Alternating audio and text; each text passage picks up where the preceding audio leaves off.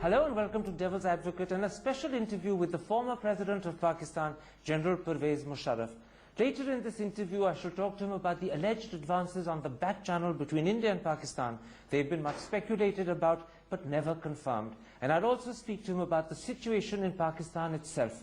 How much of a threat to Pakistan's integrity is the Taliban? But first, as the two prime ministers meet in Egypt, what does General Musharraf make of the present state of India-Pakistan relations? General Musharraf, as you know, relations between India and Pakistan have suffered in the wake of the terror attack in Mumbai in November. Indians believe that Pakistan hasn't done enough to bring the accused to book or to dismantle organizations like the Jamaat-e-Dawa and their infrastructure of terror. If you had been president of Pakistan, how would you have responded to Bombay? Well, certainly we would have cooperated in the investigation, because we wouldn't like Pakistan to be blamed for being an accomplice, the government or the army or the ISI, because that is what generally gets projected, that they were accomplices in whatever happened. We would have joined the investigation and brought whoever has done it to book. You said a very important thing at the beginning. If you had been president, you would have been positive, you would have been accommodating and understanding. Yes. Have I understood you correctly? Yes. And that was the message you would have picked up the phone and given to Dr. Manmohan Singh yourself? Yes, indeed. Certainly. And you believe it's important that that sort of positive message was given? Should have been given. Should have been given, but I don't know what transpired between at the government level, official level. It should have been given. Yes. Let me tell you one reason why the Indians feel that perhaps Pakistan hasn't done enough. Not just India, but many countries abroad, Britain and America, think Hafiz Muhammad Saeed is the mastermind of what happened in Bombay.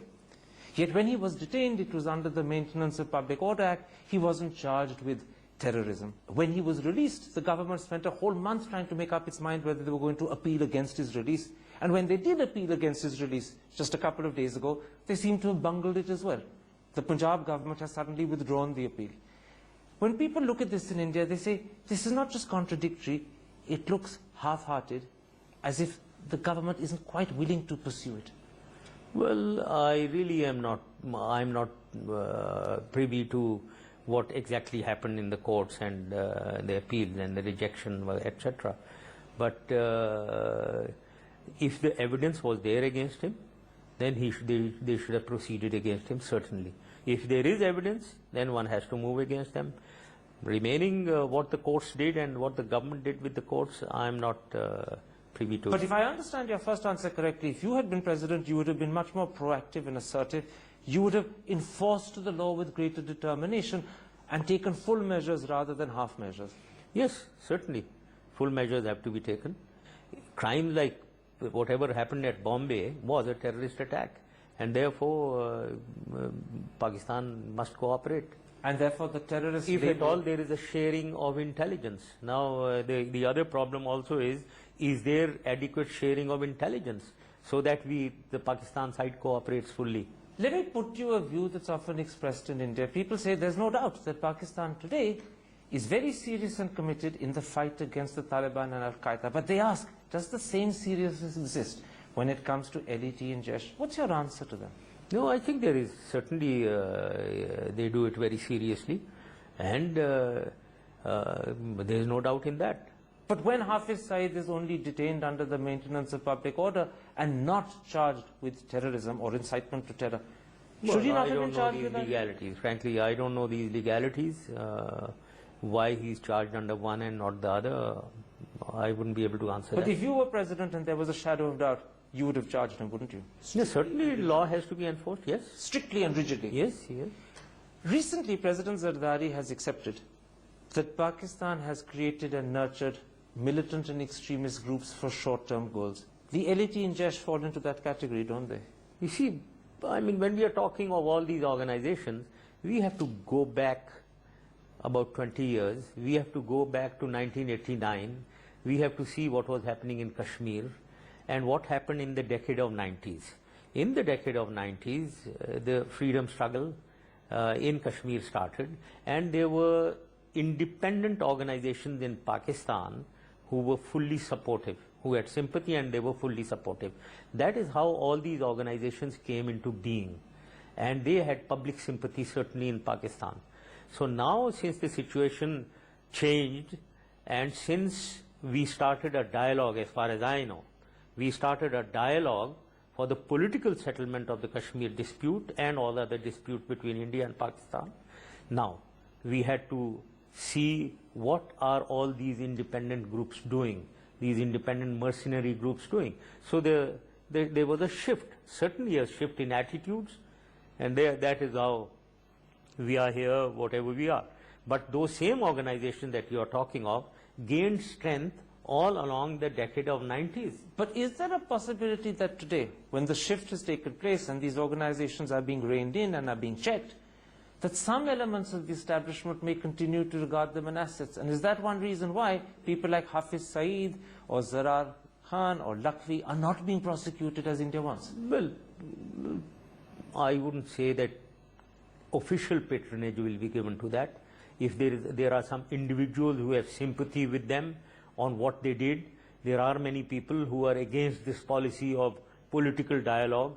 They are for carrying on mujahideen activity, etc. There are elements who are sympathetic towards that view. And they may therefore be more sympathetic of Hafiz Saeed and people like Lakhvi and Zarar Shah? Yes, but then that doesn't mean that there is official government patronage or ISI or army patronage. But it does mean that there are elements who are perhaps rogue elements or not fully in agreement with government policy who are sympathizing. Well, if these elements are there and they are in service in the army or ISI, certainly they'll be sorted out, because that goes against the government policy, and I'm sure that is against the army and ISI policy.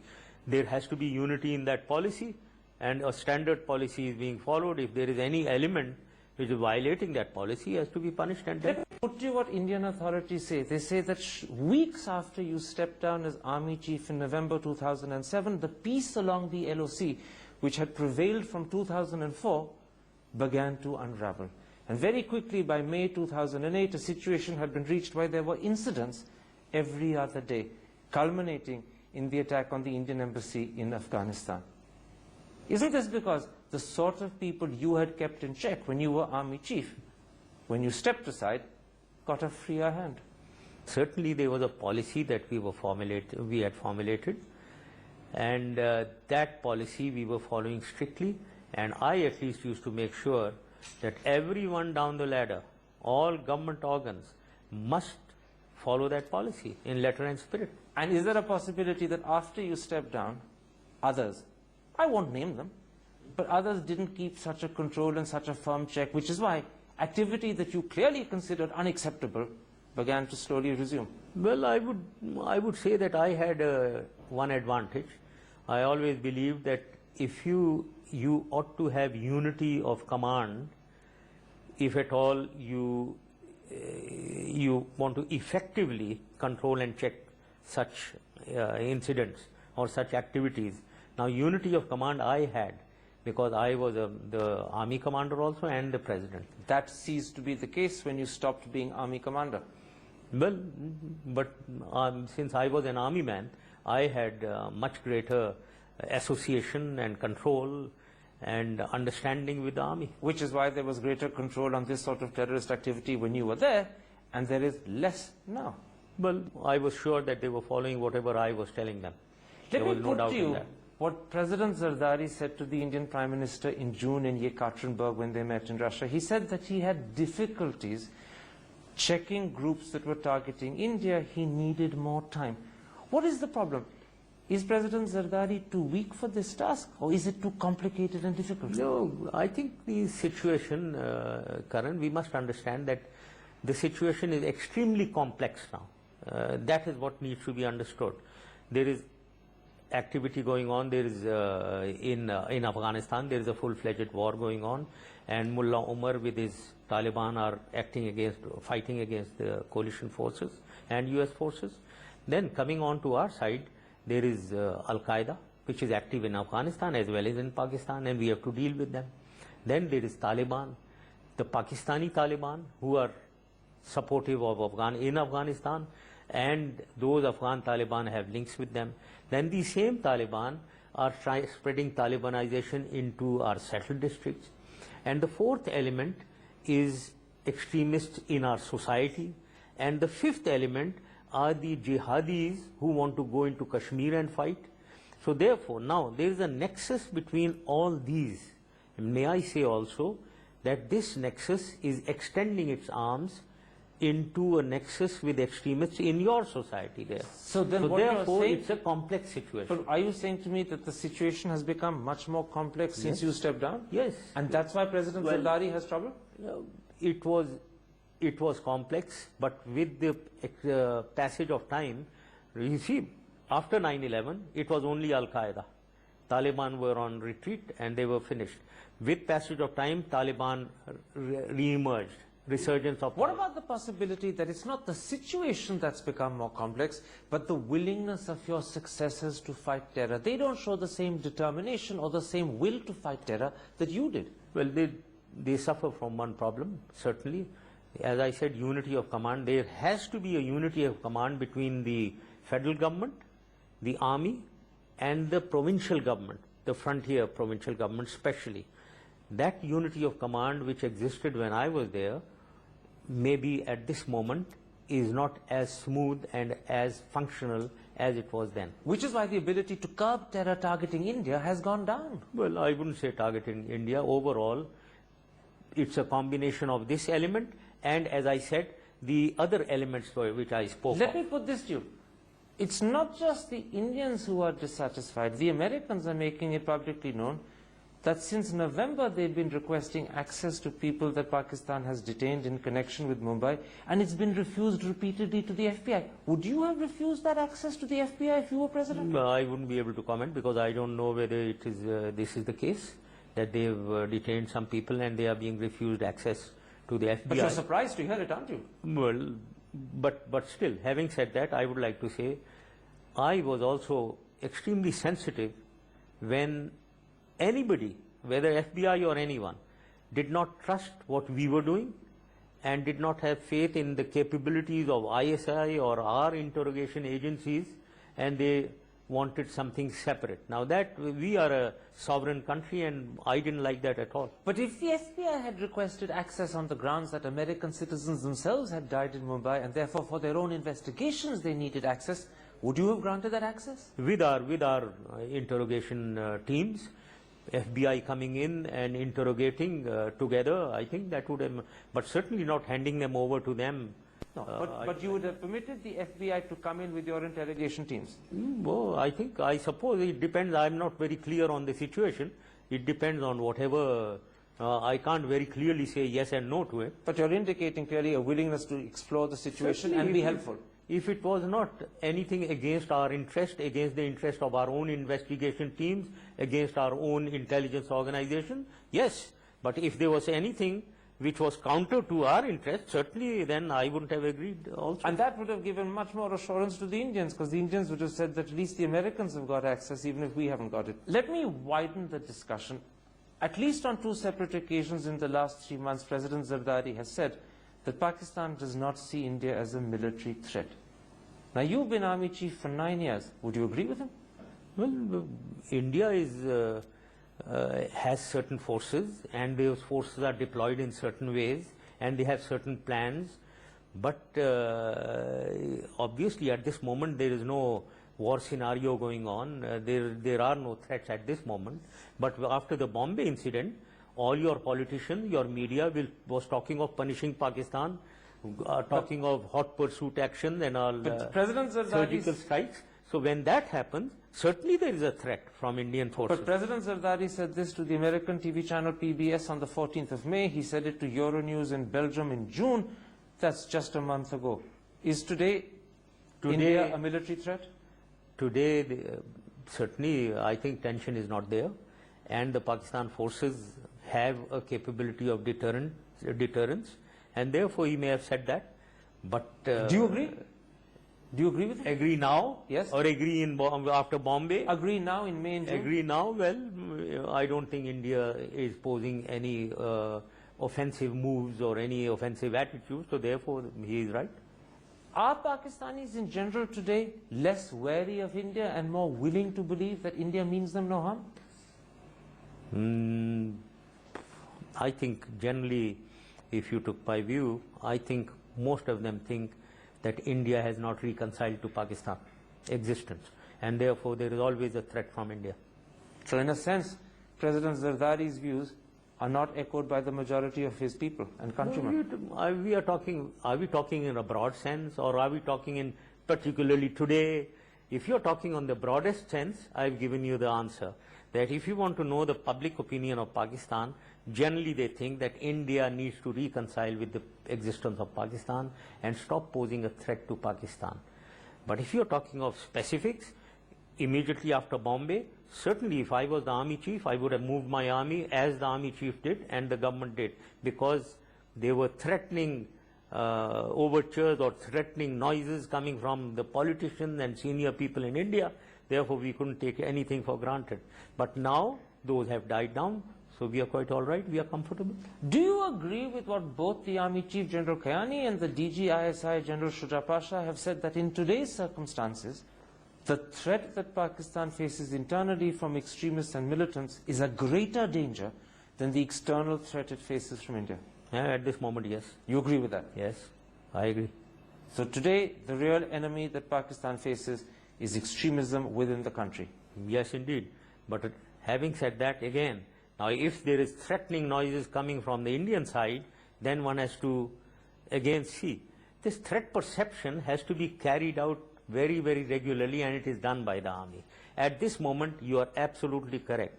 But I only hope that no politician in India starts making again aggressive sounds of let's go and punish Pakistan, let's go and carry out. Give me, General Musharraf, give me a clear answer. Which are you saying? Today, which is the bigger threat? Today, under the absolute present circumstances, today, bigger threat is, yes, extremism and terrorism by Taliban, by Al-Qaeda, by the extremists in our society. Let's take a break at that point, General Musharraf. I want to come back, and in part two, I want to talk to you about the belief that major achievements were in the offing in the back channel between India and Pakistan when you were president, and ask you just how accurate is that belief. That's in a moment's time. See you after this.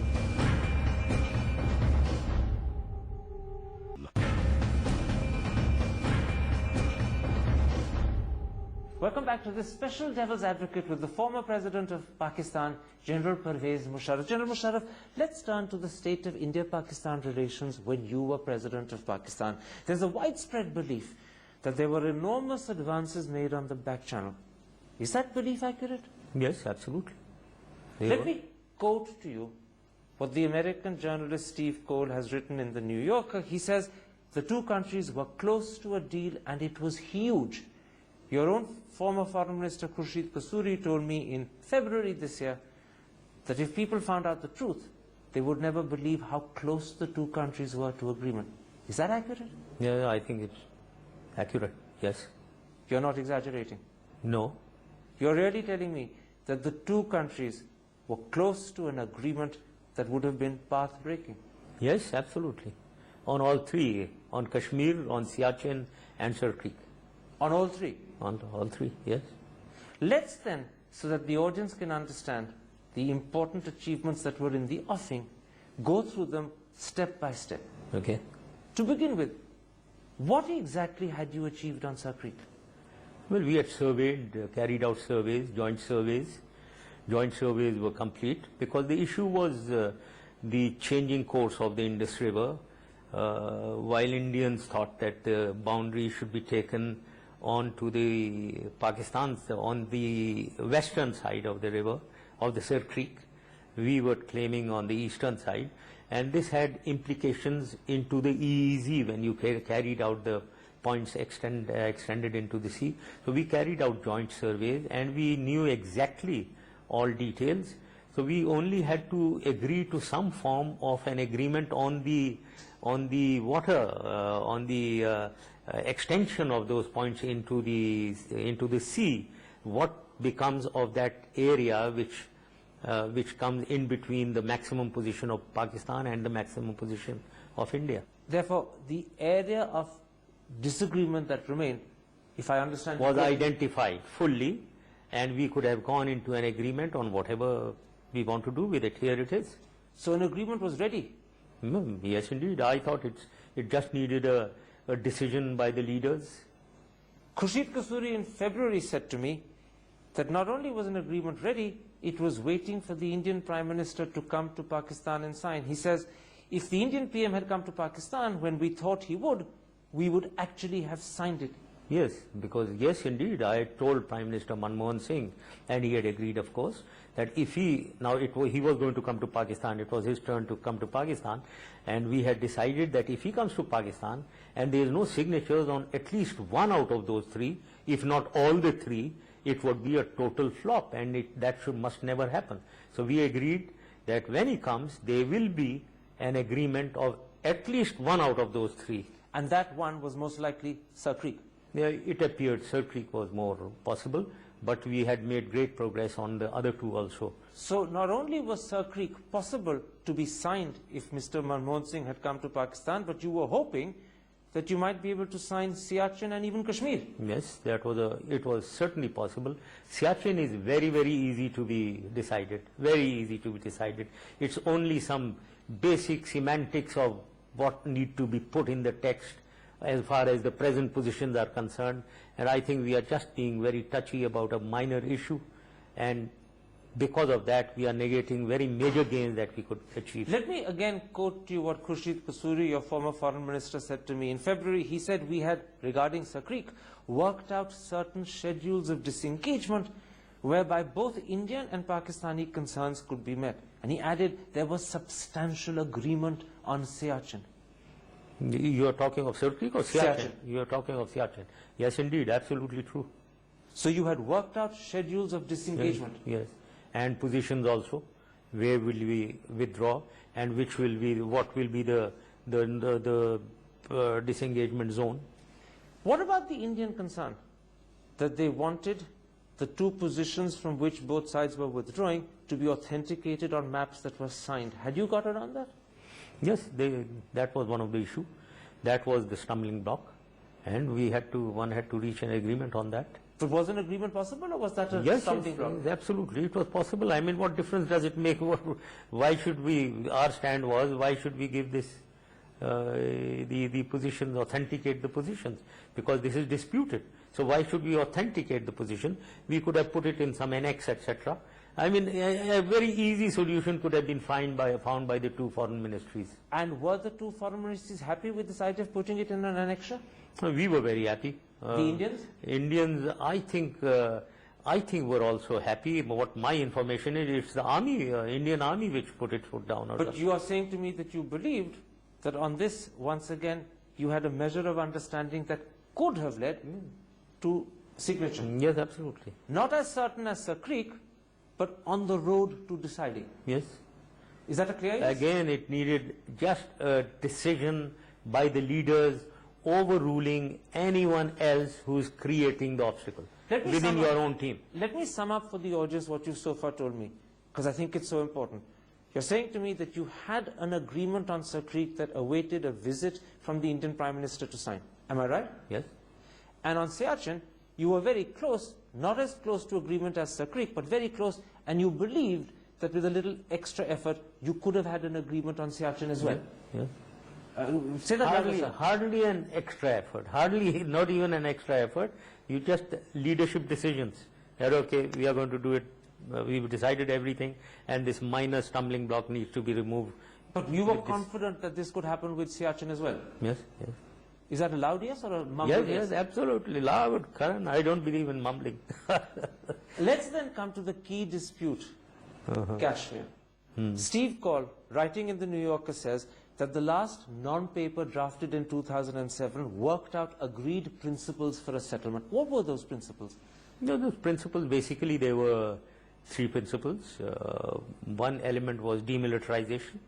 And this was my idea, that we should demilitarization on the line of control and demilitarization also within held Kashmir, and on our side reciprocal action. I was suggesting that the military, Indian military, should move out of 2 or 3 cities like Srinagar, Baramulla, etc. So that was the demilitarization part, a phased demilitarization where you withdraw and get into rear some concentration areas and finally withdraw more. So it was a phased demilitarization. The second element was Before you come to the second element, did you have a schedule for this phase demilitarization worked out? Well, I was very keen. No, we had not yet worked out the schedule. What was the Indian response to your idea of demilitarization, particularly from 3 cities into what you call rear areas or cantonment areas? I wouldn't say that it was 100% positive, that they had given assurances or understandings.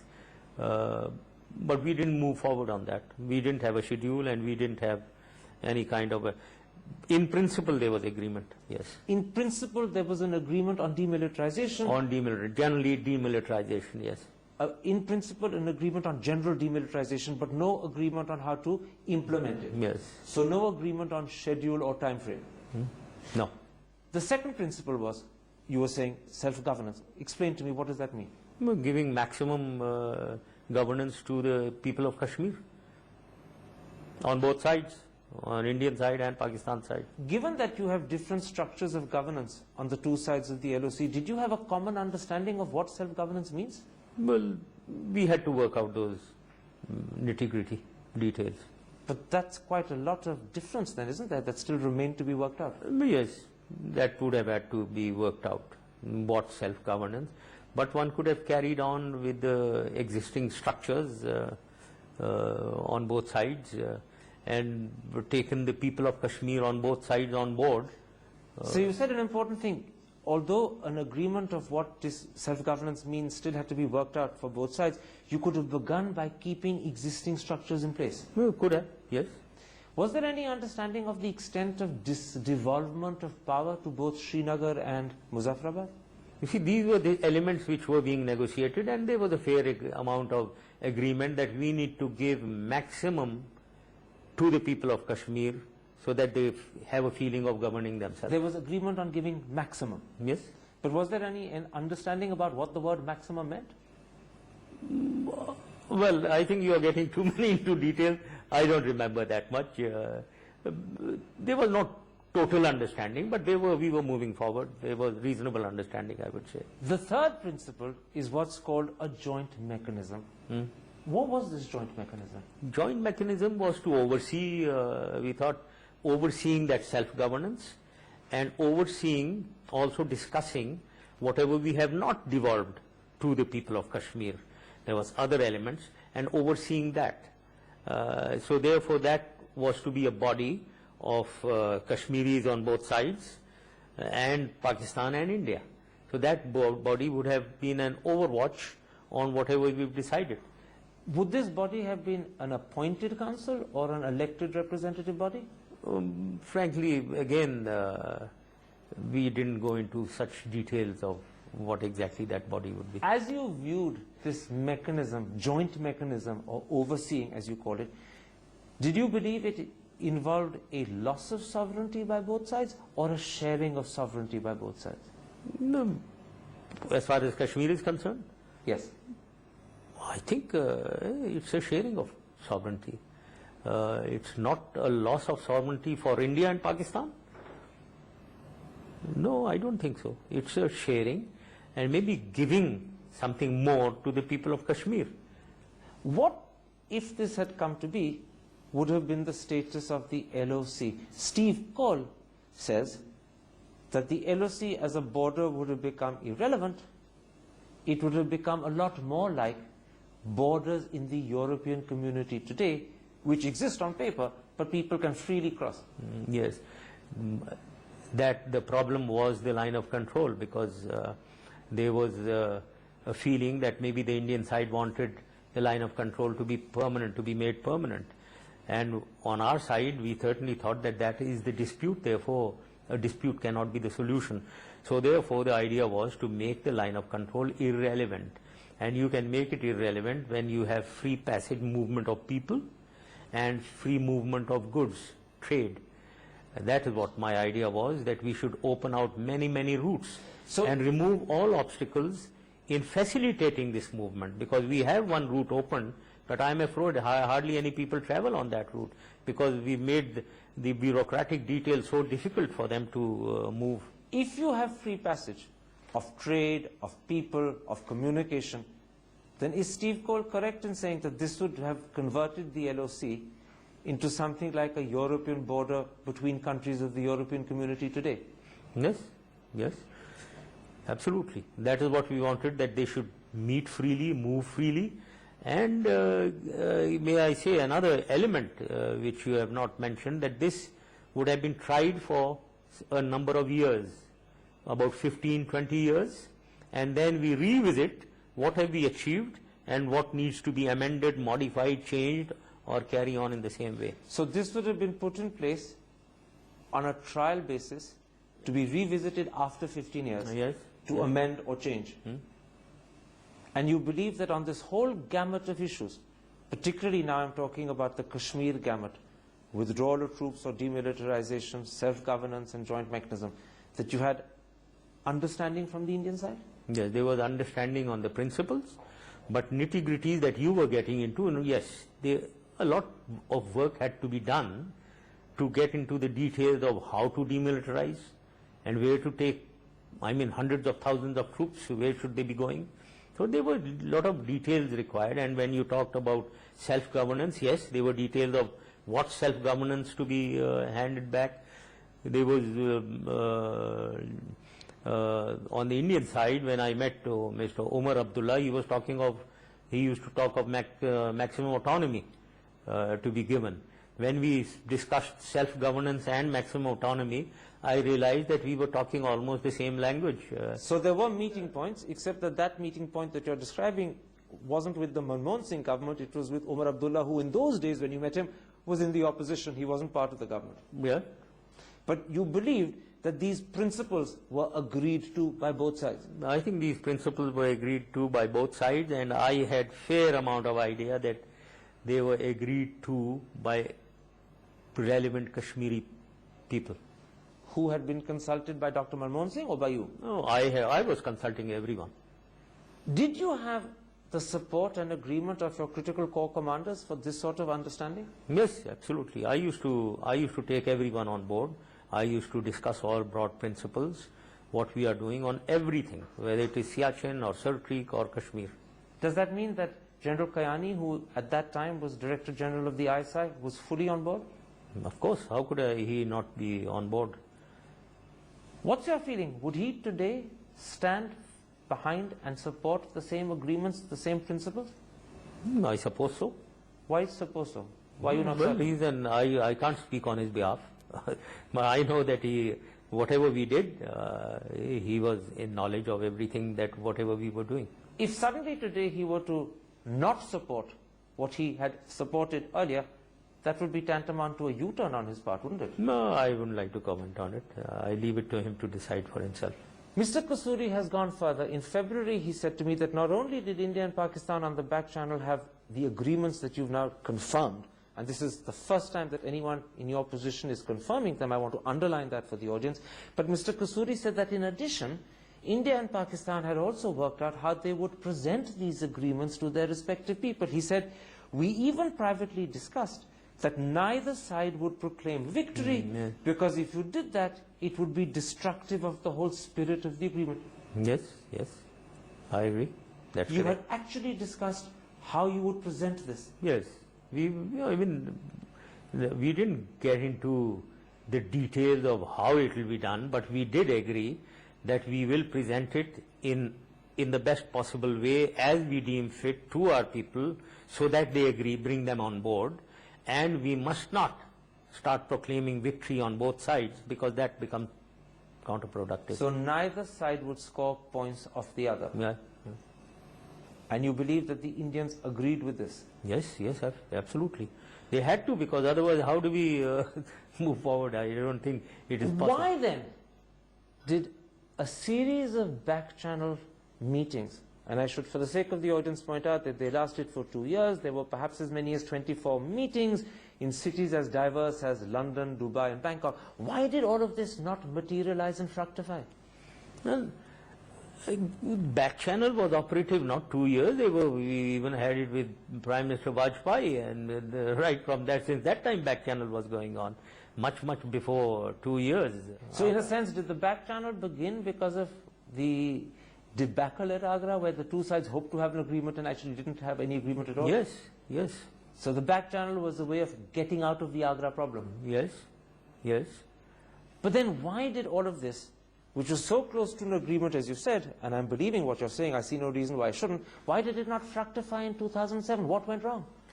Well, I think the situation in Pakistan and elections coming up in India, I think... The situation in Pakistan is your own domestic political problems. Well, partially, and that's why we didn't pursue it as strongly. Neither did Prime Minister Manmohan Singh showed a desire to come and start have the signing or have the agreements finalized, nor did I actually put any pressure on him to come to Pakistan. So it became dormant somehow. You're saying... We were distracted. You were distracted? Yes, we got distracted. You were distracted by your own domestic problems? Well, to an extent, yes. Is there still life in these agreements? Is there still life in these understandings, or is it now just water under the bridge? I mean, there's no official exchange of documents. There is no official agreements which have been finalized and inked. So therefore, I would say, again, it depends on the leaders. We achieved a lot, and there are people who know what we achieved, and we could go forward from there onwards. But at the same time, I would say that leaders have to understand that there is a give and take in the whole issue. It cannot be take and take. I understand, but you said a very important thing. There are no official documents. This was just understandings achieved between both sides. If leaders on both sides have the spirit and are willing, they can revive this and they can take it forward. But equally, you're saying that if the leaders don't have that spirit and are not willing, that these agreements will probably be forgotten and be finished. Yes, of course. Of course, that's the position. Let's take a break at that point. General Musharraf, I want to come back and in the remaining part of this special interview talk to you about the situation in Pakistan itself. Because perhaps what happens between the two countries and whether this spirit that you've just talked about of the back channel advance can ever be revived depends upon what happens within Pakistan itself. That's in a moment's time. See you after the break.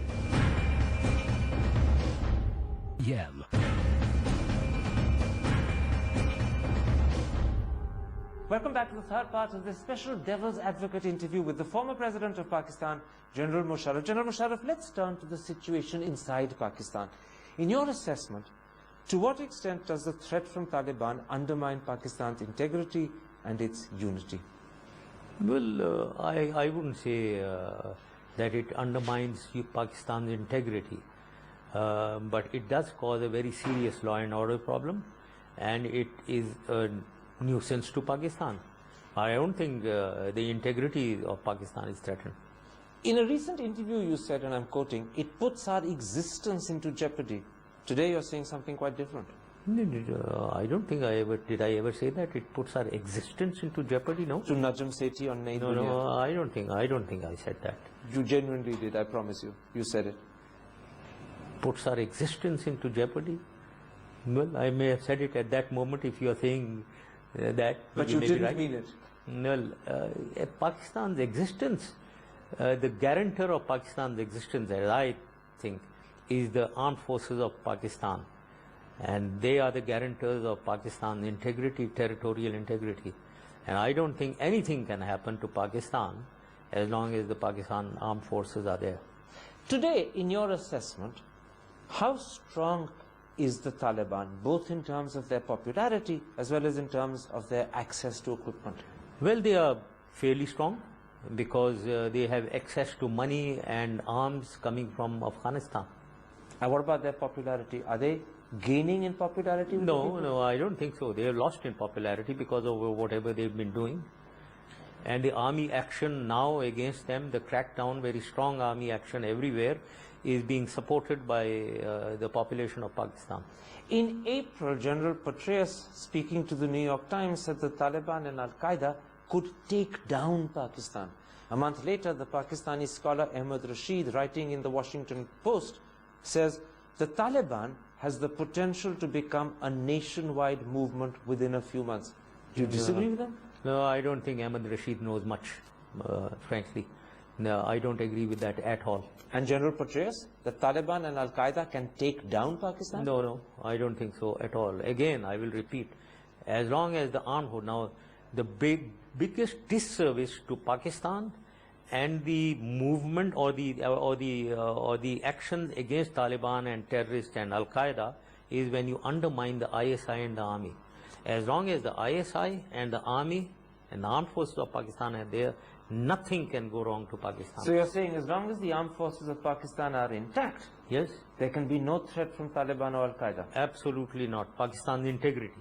We can never break up as long as the armed forces are there. Are you also then saying to me that a lot of the concern in the West, particularly in America and Britain, but it's also shared in India, about the Taliban, about Al-Qaeda, is exaggerated? Or at least it's very not exaggerated. justified?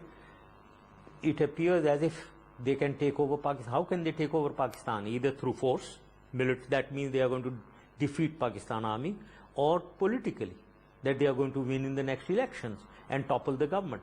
Both of them are absolutely not possible. President Obama has come up with what he calls an AFPAC strategy. Do you believe it's an adequate solution for the problem, or do you think it could end up exacerbating the problem? No, I don't agree with this AFPAC solution at all, because we are being bracketed with Afghanistan. Afghanistan has hardly any governance. It is out of control. And also, may I add, there is an Indian connection also in the terrorism and extremism. There is extremism within India in the Muslim youth, and that has linkages with these. It is developing linkages with others. So therefore, and the Kashmir issue also. Therefore, I would like to say that we have to, if we want to finally go against terrorism and extremism and solve it in its short-term and long-term perspective, we have to look at events in India, Pakistan and Afghanistan. So are you suggesting... So I am totally against this AFPAC. Are you suggesting that in fact AFPAC should be broadened to include Kashmir, maybe India as a whole? Yes, absolutely. But then what would that do to the bilateral peace process between India and Pakistan? Wouldn't it shatter it? No, we are talking of acting holistically against terrorism and extremism. Now, if we were to only resolve Pakistan, Afghanistan and the borders at frontier, these, what you're talking of, Lashkar-e-Tayyiba, Jaish Mohammed, they are there because of Kashmir. And also they are there now, they have sympathies with the Muslim youth because they think that they are being alienated, they are being underprivileged, etc. So how does this get solved? So we, as far as Pakistan is concerned, these same people, the same extremist organizations will have a lot to continue that they are. So there has to be saying this. But I said this even when I went to India, and I've been saying it in all my interviews. I don't mean to undermine India at all, but we have to take a holistic view of terrorism and extremism and solve its roots in the longer perspective. Isn't there a contradiction between what you said to me in part 2 of this interview and what you're saying now? In part 2 you spoke about the understandings on the back channel and your hope that if leaders are willing and the spirit is there, they can be revived. Those were essentially bilateral understandings that would have led to solutions of problems between Delhi and Islamabad. Now, you're talking about, in a sense, regionalizing or internationalizing the Kashmir problem by making it part of AFPAC. All this Kashmir, solution of Kashmir, actually strikes at the root of extremism in our society. So if we solve Kashmir dispute, we are contributing very substantially towards reduction of extremism in the society, in Pakistan society. But what I'm pointing out is that can you both hope to revive the back channel that you've talked about in such detail, why not? and at the same time want to make Kashmir part of AFPAC? Why not? What is the problem? Because one's bilateral, the other's multilateral. Okay, I didn't talk of Kashmir, only Kashmir. The AFPAC issue on dealing with terrorism and extremism, India needs to be brought into it, right? Now, I didn't talk of Kashmir. Now, when India is in it and we are talking of terrorism and extremism, if anyone, why is Lashkar-e-Tayyiba there? How can we take the carpet from under their feet? Why is Jaish Mohammed there? Basically because of Kashmir, and now also because of the situation with the Muslim minority in India. So these things need to be resolved. Can I clarify what for many might be perhaps a little confusing? Which do you think is the preferential way of sorting out Kashmir? By pursuing the agreements that you thought you had on the back channel, which are essentially bilateral, or by involving Kashmir and these issues as part of AFPAC and regionalizing? Which is the preferential way? Bilateral is better. These are semantics. We are talking of strategies. What needs to be done? We have to resolve, we have to bring India into the focus. What is happening in India and how is it leading to creating effects, negative effects in Pakistan. Now that happens to be Kashmir and also the Muslim minorities and what is happening there.